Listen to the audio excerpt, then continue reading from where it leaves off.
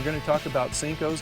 We'll talk about why I like them, why I use them, why I don't like them. You guys probably already know why I don't like them, because they're so darn expensive. I'll give you my 2 cents on what I feel is the best alternative to a Senko. We'll talk about why weight is so important when it comes to buying stick baits. I'll show you my secret rig to wacky rig a Senko. More fish for you, and it'll catch bigger fish for you. So we'll give that at the end of the video, but we'll get right into this. Like I said, we're going to keep it under 5 minutes. The best size of worm when it comes to value is going to be the 5-inch worm. I don't care if you're buying yum dingers, Senkos, whatever it is, a 5-inch worm is going to be your best value. For a 5-inch Senko, a 10-pack, $7.69, this worm is 77 cents a worm. Go to the 6-inch Senko, you get a 5-pack for $6.69. It's $1.34 a worm. With that being said, if you don't like those prices, I think the closest alternative, and by far a much better buy as far as per worm, is the Bass Pro Sticko. I don't talk about Bass Pro a whole lot, but they've done a good job on that worm. A Bass Pro Sticko comes in a 5 1/4 inch worm, 16 in a pack for $6.69. It's 42 cents a worm. Now, is a Bass Pro or a Yum Dinger or any of the popular worms that most people are replacing with the Senko a Senko? Why is it? I have no idea. Is it the salt content? Is it the plastics? For whatever reason, there is nothing that works like a Senko. People will say the bigger the bait, the bigger the fish you catch. There's not a whole lot of difference between a 5 and a 6-inch Senko. You throw either one of these in front of an 8-pound bass and they're probably going to take it. Distance. The farther you can cast a lure, the farther you can get it away from the boat, the bigger the fish that you're going to catch. Remember, big fish are spooky. They don't like to be around predators. When we are fishing, we are the predator, and if they get wind that we're around, they're going to move away and not bite. And if the fish are deep, it gets down because of the weight. It gets down a little bit faster to where the fish are. It gets in the strike zone. Here on the Delta, when we're fishing, I'll say between 1 and 3 feet depth, and we're very close to cover. The fish are on high alert all the time, especially on a day like today where there's no wind. You want this bait to enter the strike zone, just slide into the water very naturally.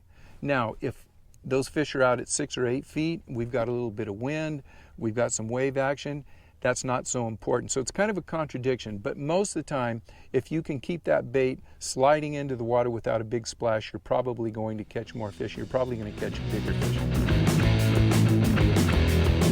Okay, so we're going to go with a 5-inch worm, and how are we going to make this worm heavier?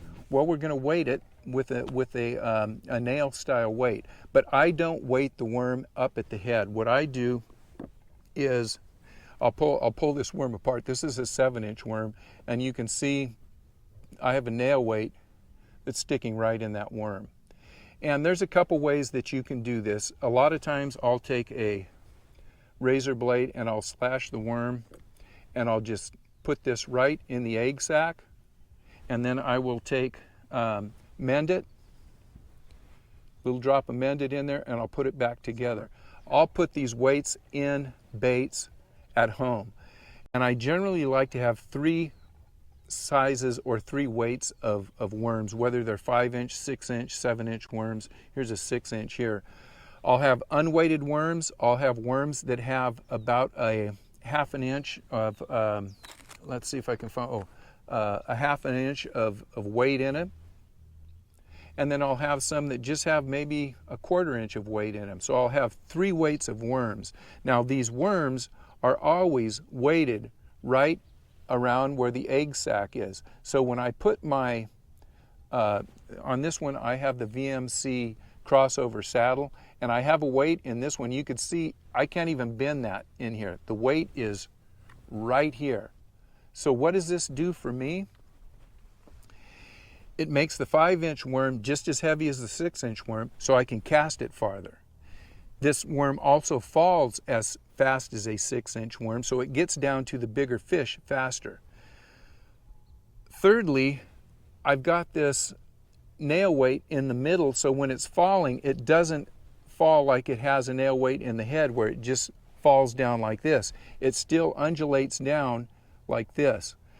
With that weight in the middle of the worm and the band around the weight, it makes it so that you can catch more fish. It makes the worm much sturdier. So that's my wacky rig setup for worms.